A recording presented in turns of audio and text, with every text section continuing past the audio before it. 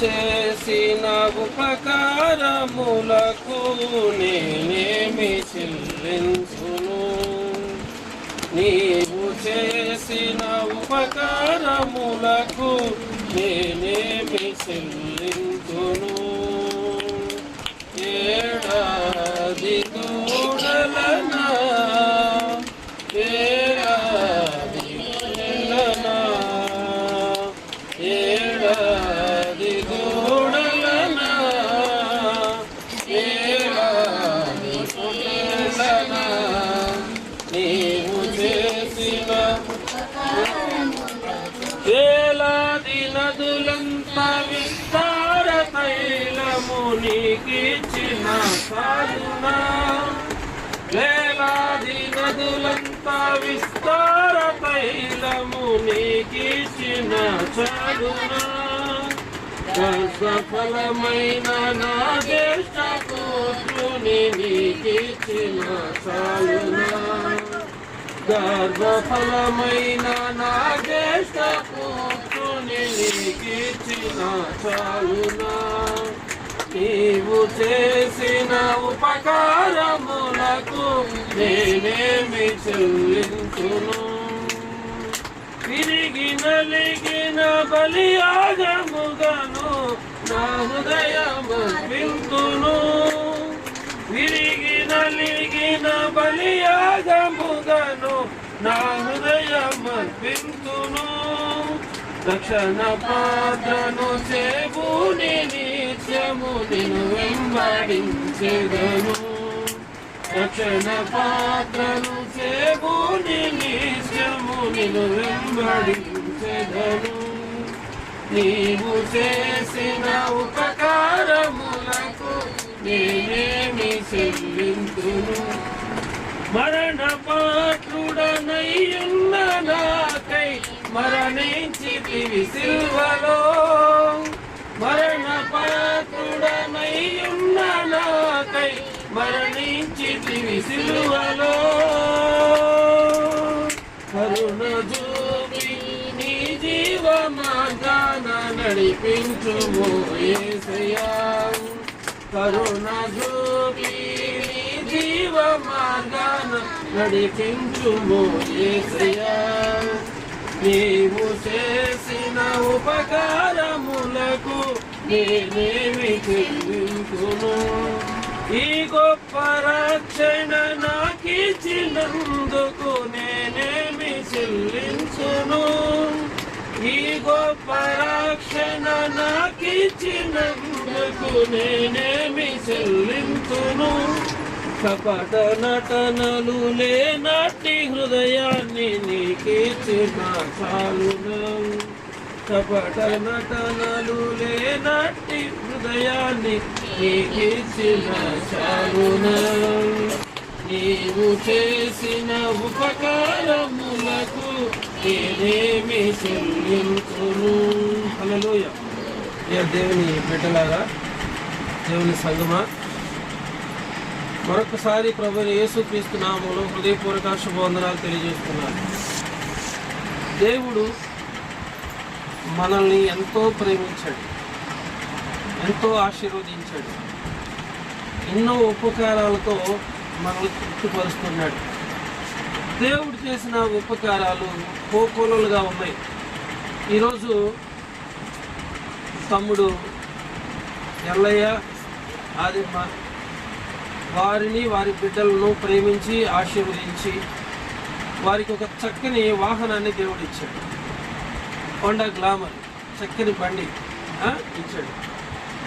దేవుడు మనకు సమస్త ఆశీర్వాదాలు ఇచ్చినప్పుడు వాటిని కాపాడుకోవాల్సిన బాధ్యత కూడా మనకు ఉంటుంది.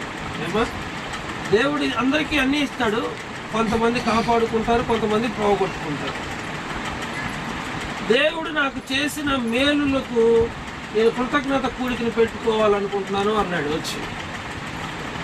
అర్థమవుతుందా? మరి దేవుడు ఎల్లయ్య నుండి ఆదిమ్మ నుండి ఏం కోరుకుంటున్నాడు? వాళ్ళు ఇచ్చే కానుక డబ్బులా, లేకపోతే వాళ్ళు పెట్టే పలారం అంటే కాదు. అలా మీరు పెట్టే పలారం కంటే కూడా, మీరు ఇచ్చే కానుక డబ్బుల కంటే కూడా మీరు దేవునికి హృదయంలో చోటు ఇవ్వాలి. మిమ్మల్ని బట్టి దేవుడు ఆనందిస్తాడు. బైబిల్ గ్రంథంలో మీకా అన్నాడు ఒక మాట, నీవు చేసిన ఉపకారములకు ఏమిచ్చినను రుణం తీర్చలేదు. దహన బలున, ఏడాది దూడలన, జ్యేష్ఠ పుత్రుడున, గర్భఫలమున, వేలాది నదులంత విస్తారమైన తైలం ఇస్తే నీకు సంతోషం కలుగుతుందంటే, ఇవన్నీ ఇచ్చినా దేవునికి సంతోషం లేదంట. దేవునికి ఎప్పుడు సంతోషం జరిగిద్దంటే, ఒక మాట చెప్తున్నాడు, దేవుడికి మన ద్వారా ఎప్పుడు సంతోషం జరిగిద్దంటే, మనుషుడా ఏది ఉత్తమో అది నీకు తెలియజేయబడి ఉన్నది, న్యాయముగా నడుచుకుంటాయి. దేవునికి ఏం కావాలంట? న్యాయంగా నడవాలి. వాక్యం ఎలా ఉంటే మనం అలాగా ప్రవర్తించాలి. దేవుడు ఏం కోరుకుంటున్నాడు? మనుషుడా న్యాయముగా నడుచుటయు, కనికరమును ప్రేమించుటయు, అందరి పట్ల జాలి పడాలంట, దయ చూపెట్టాలంట, గర్వంతో మాట్లాడకూడదు. చాలా మంది ఏంటో పెద్ద పెద్ద కేకలేసి గట్టి గట్టిగా మాట్లాడుతూ ఉంటారు. వాళ్ళ దృష్టికి వాళ్ళు మంచి వాళ్ళని, ఎదుటి వాళ్ళు చెడ్డ వాళ్ళని మాట్లాడుతూ ఉంటారు. వాళ్ళు ఏదో మనకి చెబుతుంటే మనం ఏదో నేర్చుకోవాలన్నాడు. నా ముందు ఎవరు మాట్లాడొద్దు, నేను మాట్లాడిందేనండి అంటారు. అంతేనా? చూడండి, దేవుడు ఏం కోరుకున్నాడు? మనుషుడా ఏది ఉత్తమమో అది నీకు నేను చెబుతున్నాను, న్యాయంగా నడుచుకో, కనికరమును ప్రేమించు, దీన మనసు కలిగి దేవుని ఎదుట ప్రవర్తించు. ఏ మనసు? దీన మనసు. దీన మనసు అంటే తగ్గింపు మనసుతో దేవుని సన్నిధిలో. బైబిల్ గ్రంథంలో ఉజ్జియా రాజు ఉన్నాడు. దేవుడు ఆయన్ని చాలా బాగా దీవించాడు. ఆయన దీవించబడిన తర్వాత గర్వించి ఏం చేశాడంటే, దేవాలయంలో ధూపవేదిక మీద ధూపం వేస్తున్నటువంటి 80 మంది యాజకుల్ని నెట్టివేసేసి ఈయన వెళ్ళి సాంబరాన్ని వేసాడంట. బలిపీఠం ధూపవేదిక మీద సాంబరాన్ని వేస్తే ఏమైంది చెప్తారు ఈ మాట మీద. ఉజ్జియా ధూపం వేసినప్పుడు ఏమైంది అంటే, కుష్ఠరోగం వచ్చింది. ఎందుకు వచ్చింది? ఆయన గర్వించిన వాడై దేవుని సన్నిధికి వెళ్ళాడంట. దేవుని సన్నిధిలో గర్వం పనికిరాదు, పొగరు పనికిరాదు. నోటి మాటలు మంగళ కత్తి కంటే పొదును కలిగి అంటారు. నోటి మాటల ద్వారానే మనుషులు దగ్గర చేసుకోవచ్చు, నోటి మాటల ద్వారానే మనుషులను దూరం చేసుకోవచ్చు. చూడండి, దేవుడు అంటున్నాడు, న్యాయంగా నడుచుకో, కనికరమును ప్రేమించు, దీన మనసు కలిగి నీ దేవుని ఎదుట ప్రవర్తించయ్యా. దీన మనసుతో ప్రవర్తించు. ఇంతే కదా యెహోవా నిన్ను అడుగుతున్నాడు, ఇంతే కదా నిన్ను అడుగుతున్నాడు. నా ఆజ్ఞలేం భారమైనవి కావు, అవి చాలా సులువైనవి. న్యాయంగా నడుచుకో, తప్పేముంది? పొట్టేళ్ల క్రొవ్వును అర్పించడం కంటే మాట వినటం శ్రేష్టం. న్యాయంగా నడుచుకో, కనికరాన్ని ప్రేమించు. ఇంతే కదా దేవుడు నిన్ను అడుగుతున్నాడు, ఆలకించు. అందుకని ఒక్కో సందర్భంలో దావీదు కూడా ఏమంటే, దేవా నీవు నాకు చేసిన ఉపకారములన్నిటికీ నేను ఏమి ఇచ్చిననో ఆ రుణం తీర్చుకోలేనయ్యా. ఎన్ని ఒకటా రెండా? ఎన్నో ఉపకారాలు చేసావు, ఏమిస్తే రుణం తీరిద్దయ్యా? నీవు నాకు ఇచ్చిన రక్షణ పాత్రను జాతపుచ్చుకొని యెహోవా నామమున ప్రార్థన చేస్తును. దేవుడు మనకు చేసిన ఉపకారాలకు మనం ఏమి ఇవ్వలేవురా, చెబుతున్నాను, ఏమి ఇవ్వలేము. కానీ దేవుడిచ్చిన రక్షణ ఉంటుందే, ఆ పాత్రను పట్టుకొని యెహోవా నామమున మనము ప్రార్థన చేయాలి. యెహోవా నామమున ప్రార్థన. దేవుని సన్నిధిలో ఎలా నడవాలి? గర్వంగానా, దీనంగానా? దేవుని సన్నిధిలో ఎంతోమంది దైవజనులు వారు తగ్గించుకున్నాడు. ఎట్లా తగ్గించుకున్నాడు? అబ్రహాం అయితే, అయ్యా నేను దుమ్ముని, ధూళిని, బూడిదని అన్నాడు. యోబు అయితే, నేను కూడా అలాంటి వాడిని, నీ ఎదుట మాట్లాడటానికి నాకు నోరు లేదని నా నోరు మూసుకుంటున్నానని చెప్పాడు. యోబు అయినా, దావీదైనా, అబ్రహాం అయినా, దేవుని యందు విశ్వాసం ఇచ్చిన ప్రతి ఒక్కరు కూడా వారు దేవుని మనసు కలిగి దేవుని ఎదుట ప్రవర్తించారు. సందర్భంలో దావీదు అంటాడు, దహన బలి నీకు ఇష్టమైనది కాదు, నువ్వు అడిగితే నేను అర్పిస్తాను. దహన బలులు నీకు ఇష్టమైనవి కావు. దేవా, విరిగి నలిగిన మనసును నువ్వు అలక్ష్యము చెవి. ఏ మనసు కావాలంట? విరిగి నలిగిన మనసు. ఒక మాట చెబుతాను. ఒక రొట్టె ఉంది, పెద్ద రొట్టె ఉంది. ఆ రొట్టెను మనం ఒక పక్క నోటితో తిన్నాం, దాన్ని ఎవరైనా తింటారా? ఎందుకు తినరు? ఆ కొంచెమేగా. ఆ రొట్టెని ఒక 100 ముక్కలుగా ఇరిచాము. ఆ రొట్టెని 100 ముక్కలుగా ఇరిచాము. ఇరిచిన ముక్కలు ఎంతమందికైనా ఒక రొట్టెని ఎంగిలి చేస్తే ఆ ఒక పక్క ఎంగిలైనా మిగిలిన తినరు. కాబట్టి రొట్టె ఒకటిగా ఉంటే ఒకటిగా ఉపయోగపడుతుంది, కానీ 20 పడితే అందరికీ ఉపయోగపడుతుంది. అది గర్వంగా నువ్వు ఉంటే నాశనానికి ముందు గర్వం నడిచింది. ఉజ్జియా గర్వించాడు, కుష్ఠరోగంతో చచ్చాడు. మళ్ళీ ఎప్పుడు దేవాలయంలోకి రాలేదు. మనుషులు ఎదుట నీ గొప్పలు చూపిస్తున్నావు, దేవుని ఎదుట కూడా గొప్పలు చూపిస్తావా? పరిసయుడు ఏమన్నాడు? వారానికి 2 సార్లు ఉపవాసం ఉంటున్నా, దశమ భాగం ఇస్తున్నా, దొంగల వల్ల లేదు, వ్యభిచారుల వల్ల లేదు, ఇతర మనుషుల వల్ల లేదు, అశుభ్ర వల్ల లేనందుకు నీకు కృతజ్ఞతలు అన్నాడు. ఒకరితో నీకు ఎందుకు? నువ్వు దేవుని సన్నిధికి వచ్చినప్పుడు నీ బాధ దేవునికి చెప్పు, దేవుని స్తుతించు. వారు ఎలా ఉన్నారు, వీరు ఎలా ఉన్నారు, వాళ్ళు ఏ బట్టలు కట్టుకొచ్చారు, వాళ్ళు ఏ వస్తువులు పెట్టుకొచ్చారు, ఎందుకు నీకు ఇవన్నీ? నువ్వు దేవుడు ఏం చెప్పాడు? ఎన్ని చూడమని చెప్పాడా? దేవుడికి ఏది చెప్తే అది చెయ్యి, దేవుడు చెప్పింది చేయొద్దు. భక్తులు అనబడిన వారు, ఆశీర్వదించబడిన వారందరూ కూడా దీన మనసు కలిగి దేవుని సన్నిధిలో ప్రవర్తించిన వారే, కానీ ఎక్కడ వాళ్ళు గర్వించలే. అసౌకర్య ప్రార్థన మీరు చూసినట్లయితే, ఆకాశం వైపు కనులెత్తి చూచుటకైనా నువ్వు ధైర్యం చాలదయ్యా, పాపనైన నన్ను కరుణించని దీన మనసుతో విరిగి నలిగిన హృదయముతో దేవుని సన్నిధిలో ఆయన ప్రార్థన చేసినప్పుడు ఆ ప్రార్థనకు దేవుడు హల్లెలూయా, హల్లెలూయా. చూడండి, ఏ మనసు కావాలంటే దేవునికి? నువ్వు ఇచ్చే ఒక కానుక కావాలా, లేకపోతే నువ్వు ఇచ్చే పలహారం కావాలా, లేకపోతే నువ్వు ఇచ్చేది ఏది కావాలి దేవునికి? అరే బాబు, న్యాయంగా నడుచుకో, కనికరాన్ని ప్రేమించు, దయగలిగి ప్రవర్తించు, దేవుని సన్నిధిలో దీన మనసు కలిగి. బైబిల్ ఏం చెప్తుందంటే, మోషే దేవుని ఇల్లంతట్లో నమ్మకమైన వాడు. మోషే ఇంకా భూమి మీద ఉన్న వారందరిలో మిక్కిలి సాత్వికుడు. మిక్కిలి సాత్వికుడు అంటే తగ్గింపు కలిగిన వాడు. యేసుప్రభువు అదే చెప్పాడు, తను తాను హెచ్చించుకున్నవాడు తగ్గించబడతాడు, తగ్గించుకున్నవాడు హెచ్చించబడతాడు. తగ్గించుకోవాలి. నీకు ఎంత ఉన్నత స్థితి ఉన్నా, దేవుడు నిన్ను ఎంతగా ఆశీర్వదించినా, నీ నోట ఏ మాటలు రావాలి? తగ్గింపు మాటలు రావాలి. ఏ మాటలు రావాలి? తగ్గింపు మాటలు రావాలి. యేసయ్య దేవుని కుమారుడు, పరలోకంలో ఉంటాడు. ఆయన తగ్గించుకొని భూమి మీదకి వచ్చాడు. దేవుడిగా వచ్చాడా, మనుషుడిగా వచ్చాడా? దేవుడిగా వస్తే ఆయన ఎదుటి దేవుడు నిలబడలేదు. దేవుడు దహించి అగ్ని అయి ఉన్నాడు, ఆయన ఎదుటి దేవుడు నిలబడతారు. అందుకని ఆ మహిమను విడిచి మనుషుడిగా ఈ లోకానికి వచ్చాడు. నేను ధనవంతుడి ఇంట్లో పుట్టాడా, పేదవాడి ఇంట్లో పుట్టాడా? పేదవాడి ఇంట్లో పుట్టాడు. ఏ పూటకు ఆ పూట తెచ్చుకునే గృహంలో ఎలా చెబుతావంటే, ఆయనకు పశువుల పాకలో ఆయన కానీ కొత్త గుట్టలతో చుట్టి ఆ పశువుల తొట్టులో ఆయన పొరను పెట్టారు. అంటే ఆయన మనకంటే దీనమైనటువంటి కుటుంబంలోనే పుట్టాడు. ఆయన పుట్టక ఎంత ఆశ్చర్యం! ఎవరైనా పుట్టిన తర్వాత గొప్పవారు అవుతారేమో, ఆయన గొప్పవాడిగా ఉండి ఏమి లేని వాడిగా పుట్టాడు. అందుకని యేసయ్య అంటాడు, తను తాను తగ్గించుకుని వాడు హెచ్చించబడతాడు, హెచ్చించుకుని వాడు తగ్గించబడతాడు అన్నమాట. కాబట్టి యేసయ్య మనుషుడిగా వచ్చాడు, దాసుడు స్వరూపం ధరించుకున్నాడు, మనుషులు పోలికగా పుట్టాడు, శిలువ మరణం పొందినంతగా విధేయత చూపెట్టాడు, తను తాను రిక్తగా చేసుకున్నాడు. అందుకని దేవుని వాక్యం తెలియజేస్తుందంటే, అందరూ ప్రతి మోకాలు యేసు నామములో వంగాలి, ప్రతి నాలుక ఆయన స్తుతించాలని. ప్రతి నాలుగు స్తుతించాలి, ప్రతి మోకాలు ఆయన నామంలో వంగాలి. ఎందుకు అంటే ఆయన అందరికంటే తగ్గించుకున్నాడు కాబట్టి.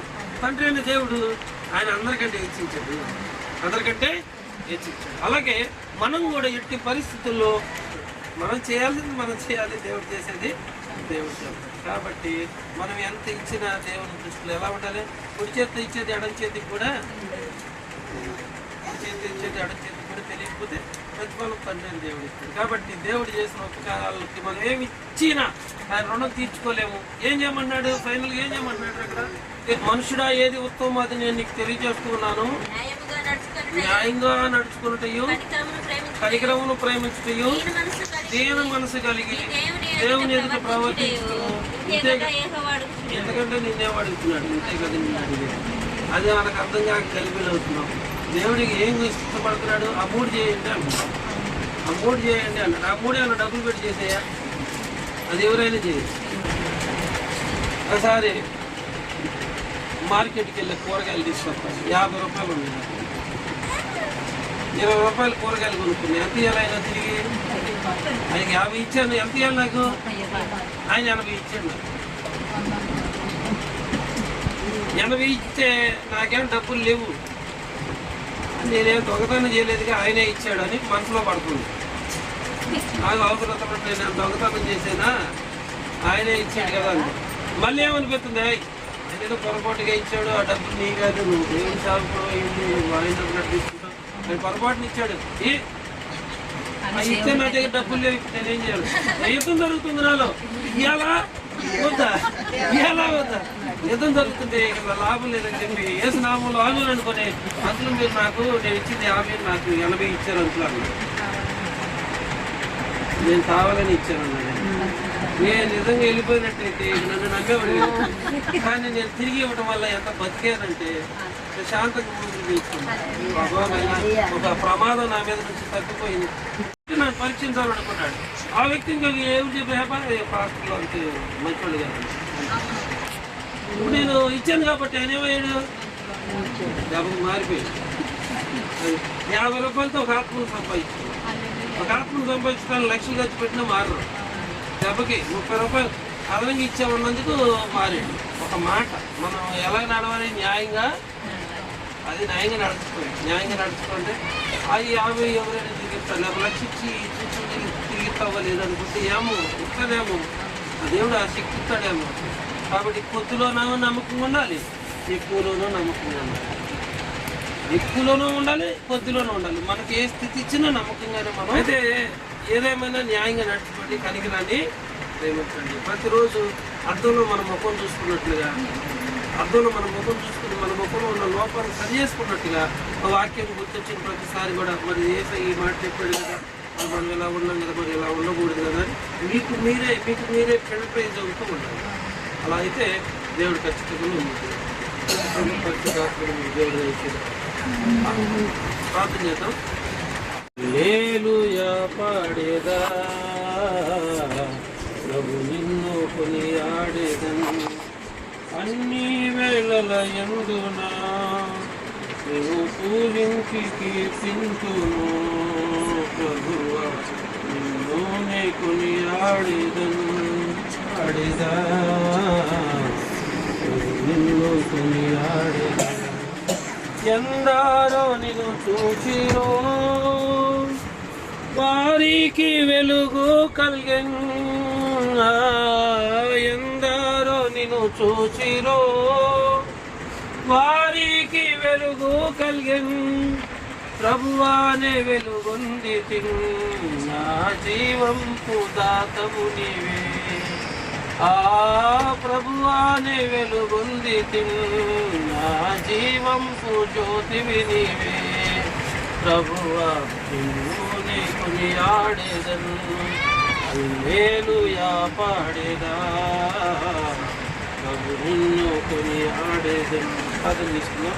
మహిమా ప్రభావంలో ఇలా మా ప్రియమైన పరలోక తండ్రి, మీ పరిశుద్ధ పాదాలకు ఎవరైనా స్థితులు స్తోత్రాలు వందనాలు తెలుస్తున్నాను. ఇంతవరకు మీ సన్నిధిని, మీ ప్రభుత్వం నీ దయను మాకు తోడుగా ఉంచి చక్కని సందేశాన్ని మాకు పిలిపించినందుకు స్తోత్రాలు. ప్రియబిడ్డలు, సంఘ బిడ్డలు అందరూ కూడా ఎంతో ఆసక్తిగా కూడుకొని ఈ ప్రాంతంలో ఏకీపించండిగా వారిని మీరు దీవించండి. వారిని మీరు దీవించి కృప చూపెట్టి కొన్ని పెద్ద జరిగిన రీతిగా మేలు కృపా కనికరం దయచేస్తున్నామని వేడుకుంటున్నాను. ప్రభా ఈ సమయాన్ని దీవెనకరంగా మేలుకరంగా మార్చండి. తులసిని ఆదిమును వారి బిడ్డలను తల్లిదండ్రులను మీరు ఆశీర్వదించండి, బంధువుల్ని ఆశీర్వదించండి, సంఘ బిడ్డలను దీవించండి. చక్కని సందేశం మీరు మాకు వినిపించినందుకు స్తోత్రం. మీరు ఎక్కడో మీకు మేము ఉన్నప్పుడు మాకు శ్రేయస్కరం, శుభస్కరం, ఆశీర్వాదం కనుక ప్రభా ఈ ఆశీర్వాదం నిత్యము మా మీద ఉండినట్టు సహాయం చేయండి. అలాగే తమ్ముడు వాహనం కొనుక్కున్నాడు, వాహనాన్ని ప్రభా దానిలో ఉన్న డిస్టర్బెన్స్, నెగిటివ్ ఎనర్జీని మీరు తొలగించండి. నెగిటివ్ ఎనర్జీని తొలగించి ప్రభా మీరు క్లీన్ చేస్తూ, ఆ శుభ్రపరుస్తూ ఆ వాహనాన్ని మీరు అత్యంత చేయండి. వాహనం మహిం పొందమండి. యేసయ్య పరిశుద్ధ నామంలో ప్రార్థించి అడిగి పెడుకుంటున్నాం. నా ప్రాణమా యెహోవాను సన్నతించుము,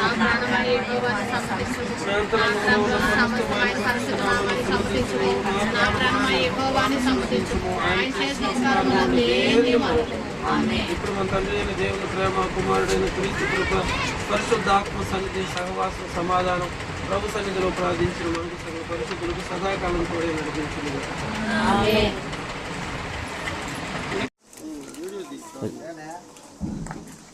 చూడన్నా అలా ప్రార్థన చేయొద్దు. పైకి పలారం తర్వాత తింది వెళ్ళారా.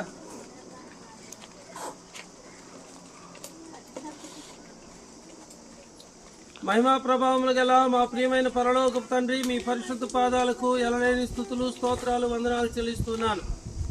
ప్రియులు ప్రభువా, నా తండ్రి ఎలైన బట్టి, ఆదిమ్మను బట్టి ప్రార్థిస్తున్నాను. వారి బిడ్డలను బట్టి, వారి తల్లిదండ్రులను బట్టి ప్రార్థిస్తున్నాను. నీ కుమారునికి నూతన వాహనాన్ని మీరు అనుగ్రహించినందుకు స్తోత్రాలు. ప్రభా, నువ్వు ఎన్నో ఉపకారాలు చేస్తూ ఈ రోజుకి ప్రభా మీ బిడ్డల పక్షంగా అయా మీరు దక్షిణహస్తాన్ని చాపుతున్నందుకు స్తోత్రాలు. విశేషించి ప్రభువా ఈ గృహమును మీరు ఆశీర్వదించండి, అలాగే ఈ వాహనాన్ని మీరు ఆశీర్వదించండి. అయా ఫిట్టింగ్లో ఉన్నటువంటి లోపాలను, శాపాలను, పాపాలను కడిగివేసి మీ కలవరి రక్తంతో శుద్ధి చేయండి. మీ బిడ్డలు ఈ వాహనం మీద వెళ్ళినప్పుడు, వచ్చినప్పుడు మంచి వ్యాపారాలు చేసుకోవటానికి సహాయం చేయండి. ఎక్కడ రిపేర్స్ రాకోకుండా సహాయం చేయండి. వాహనాన్ని బాగా కంట్రోల్గా నడుపుకునే శక్తిని దయచేయండి. ఈ వాహనము ద్వారా ప్రభువా ఇంకా మీ బిడ్డలు బహుగా ఆశీర్వదించబడినట్లు సహాయం చేయమని అయ్యా ప్రతి కనుదృష్టిని తొలగించండి, ప్రతి చీకటి కార్యాలు దూరపరచండి. నీ దాసుడిగా అయ్యా నా చేతిలో ఉన్నటువంటి తైలాన్ని కలవ రక్తంగా, పరిశుద్ధ రక్తంగా, సిలువ రక్తంగా మీరు మార్చండి. ఈ రక్తం ప్రోక్షించిన వెంటనే అయ్యా నా తండ్రి, నా దేవా, ఈ యొక్క బైక్లో ఉన్నటువంటి ప్రాబ్లమ్స్ అన్ని కూడా క్లియర్ చేసి మీ నామానికి మహిమ తెచ్చుకోమని మా ప్రభువైన యేసుక్రీస్తు పరిశుద్ధ నామంలో ప్రార్థించి అడిగి వేడుకుంటున్నాం తండ్రి.